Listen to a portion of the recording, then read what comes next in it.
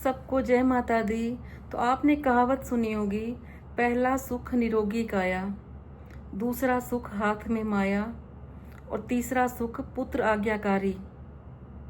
तो आप ये कहावत सुनते हो तो आपके मन में आता होगा, काश हमारे घर में भी ऐसा होता। तो आज हम आपको ऐसे उपाय बताएंगे जिससे आपके घर में बीमारियां नहीं रहेंगी, लड़ाई झगड़े नहीं रहेंगे, पुत्र आज्ञाकारी बने रहेगा, हाथ में माया रहेगी और आपकी निरोगी काया रहेगी। तो ऐसे आपने छोटे छोटे पॉइंट नोट करने हैं, आपके जीवन में खुशियां ही खुशियां आएंगी। तो बताने से पहले मैं आपको ये बोलूँगी कि जिसने अभी तक मेरे चैनल को सब्सक्राइब ना किया हो, सब्सक्राइब कर लेना, ताकि मैं जो भी वीडियो लेके आती हूँ वो आप तक पहुँच जाए। और अगर आपको मेरी वीडियो अच्छी लगती है तो किसी ऐसे व्यक्ति के पास शेयर कर देना जो चारों तरफ से परेशान हो, क्योंकि कोई तन दुखी है, कोई धन दुखी है, कोई मन दुखी है। हर इंसान के पास कोई ना कोई दुख है। तो अगर आपको लगता है आपके फैमिली में, आपके पड़ोस में, आपके दोस्तों में किसी को ये परेशानी है, तो आपने मेरी वीडियो शेयर कर देनी है, इससे भी आपको पुण्य मिलेगा। तो पहले सुख की हम बात करेंगे, निरोगी काया। हमारी काया निरोगी कैसे रहेगी? अगर आपको लगता है आपके घर में कोई ना कोई हमेशा बीमार रहता है, उनकी बीमारी ठीक नहीं होती, तो सबसे पहला मैं आपको काम ये बोलूँगी, जैसे ही आप सुबह उठते हो, सबसे पहले आपने दोनों हाथ ऐसे लेने हैं और मालिक को ये बोलना है कि हे मालिक, आपकी कृपा से मैं बहुत स्वस्थ हूँ। आपने ये बात 10 बार कहनी है कि हे मालिक, आपकी कृपा से मैं बहुत स्वस्थ हूँ। 10 बार आपने ये बोल के ऐसे रब करना है और आपने अपने माथे पे और सिर पे लगा लेना है। अगर आपको लगता है घर में बहुत बीमारी है तो आप ये उपाय कीजिए। जो भी आपके घर में है जो बीमार रहते हैं, उनको नमक वाले पानी से नहलाइए।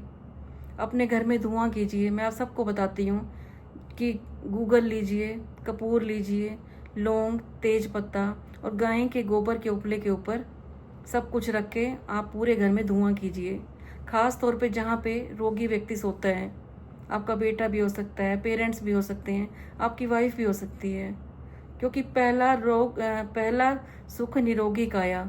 अगर आपकी निरोगी काया है, आपका शरीर निरोगी है, तो आपका काम में मन लगेगा। जिसका शरीर बीमार रहता है उसके घर में नेगेटिविटी छाई रहती है। तो जहाँ पे पेशेंट्स होता है वहाँ के खिड़की दरवाजे खोल दीजिए, ताज़ी हवा आने दीजिए। पेशेंट को आप पार्कों में ले जाइए, उनके हाथ से आप दान पुण्य करवाइए। दूसरा सुख बोला था मैंने आपको, हाथ में माया। पहला सुख निरोगी काया, दूसरा सुख हाथ में माया। तो हाथ में माया आपके कैसे आएगी?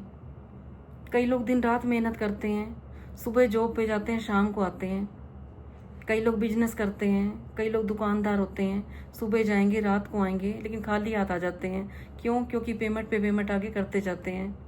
किसी ने लोन लिया तो उसी लोन को चुकाने के लिए बड़ा लोन ले लेते हैं।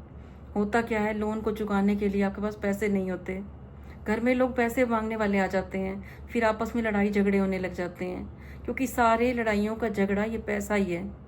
जितने लड़ाई झगड़े होते हैं उनका कारण पैसा ही है। भाई भाई में नहीं बनती, माँ बेटे में नहीं बनती, सास बहू में नहीं बनती।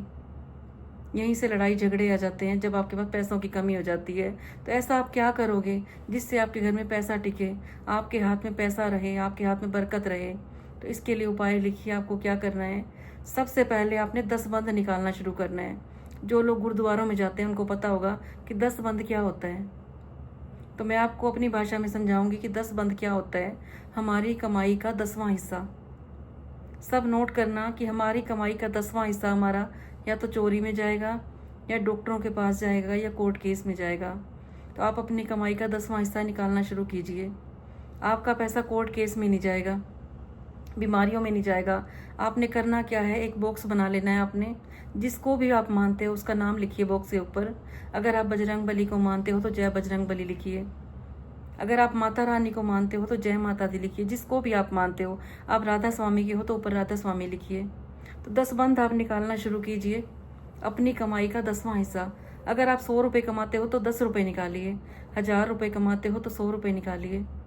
इस तरह से 10वां हिस्सा निकाल के आप उस बॉक्स में इकट्ठा कीजिए। अमावस्या के दिन जाइए, आप मंदिर में जाइए, गौशाला में जाइए। गौशाला में जाके आप गायों की सेवा कीजिए। उन पैसों से आप बनाना ले लीजिए, गाय को दलिया खिलाइए, हरा चारा खिलाइए। आपके जीवन में खुशियाँ ही खुशियाँ आएंगी। आप ये मत सोचना कि मैं आज पैसा निकाल रहा हूँ तो मेरे पास पैसे की कमी हो जाएगी। अगर आपने 10 रुपये निकाले हैं तो 10 आपके 100 रुपये करके वापस लौटेंगे। आपने 100 रुपये निकाले हैं तो 100 का 1000 रुपये करके आप 10वां हिस्सा निकालोगे, लेकिन 10 गुना होके वो आपके पास ही आएगा।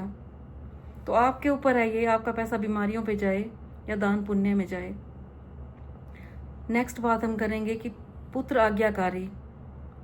पुत्र आज्ञाकारी आपका कैसा होगा, तो इसके लिए मैं आपको उपाय बताऊंगी। लेकिन सबसे पहले मैं आपको ये बोलूँगी कि बच्चे जो होते हैं वो कभी भी सिखाने से नहीं करते कोई भी काम, वो हमेशा देखने से करते हैं। अगर आप सबको रिस्पेक्ट देते हो तो आपके बच्चे भी आपको रिस्पेक्ट देंगे, क्योंकि बच्चों को आप सिखाओगे तो नहीं मानेंगे। पहले की जनरेशन थी वो सिखाने से मान जाती थी, जो आज की जनरेशन है वो देखने से मानती है। अगर आप पुण्य के काम करते हो, लड़ाई झगड़ा नहीं करते, तो आपके बच्चे भी वैसे बनेंगे। तो आप अगर सोचते हो कि आपके बच्चे आपका कहना माने, तो आपको भी एक दूसरे का कहना मानना पड़ेगा। आपको लगता है कि आपके बच्चे आपका सम्मान करें, तो आप भी घर में सबका सम्मान कीजिए, छोटे बड़े सबको आदर कीजिए। जब आपके बच्चे देखेंगे कि हमारे पेरेंट्स सबका सम्मान करते हैं, आपके घर कोई अतिथि आता है उनका सम्मान कीजिए। अगर आप सम्मान करते हो सबका, तो आपके बच्चे भी करेंगे। अगर आप किसी का अपमान करते हो, कई बार क्या होता है, घर में रिश्तेदार आते हैं, उनके जाते ही उनकी बुराइयां शुरू हो जाती हैं। तो बच्चे आपसे ही सीख रहे हैं। अगर आप बुराई करोगे तो आपके बच्चे भी करेंगे। तो अगर आपको लगता है कि हमारे बच्चे आज्ञाकारी बने, तो सबसे पहले आप दूसरों की आज्ञा माननी शुरू कीजिए, सबका सम्मान कीजिए, अपने पेरेंट्स का सम्मान कीजिए। आपके घर में अतिथि आते हैं उनका सम्मान कीजिए। जैसा आप करोगे वैसे ही आपके बच्चे आगे बनेंगे। अगर आपने नीम का बीज डाला है तो नीम का पेड़ उगेगा। अगर आपने आम का बीज डाला है तो आपके घर में आम का बीज उगेगा, आम का पेड़ उगेगा। तो आपने हमेशा ये ध्यान रखना है, जो भी आज आप कर रहे हो वही आपके बच्चे करेंगे। तो उम्मीद करती हूँ आपको मेरी बातें अच्छी लगी होंगी और आपको ये तीनों खुशियाँ मिलेंगी। पहला सुख निरोगी काया, दूसरा सुख हाथ में माया, और तीसरा सुख पुत्र आज्ञाकारी। तो ये सब कुछ आपको मिलेगा। बस ये छोटे छोटे उपाय कीजिए, आपका जीवन खुशहाली से भर जाएगा। तो कल फिर मैं आपके पास आऊँगी ऐसे छोटे छोटे टिप्स लेके, जिससे आपके जीवन में खुशियाँ ही खुशियाँ आएंगी, धन दौलत मिलेगी आपको, आपका पुत्र आज्ञाकारी होगा और आपके घर में बीमारियाँ नहीं आएंगी। तब तक के लिए सबको जय माता दी।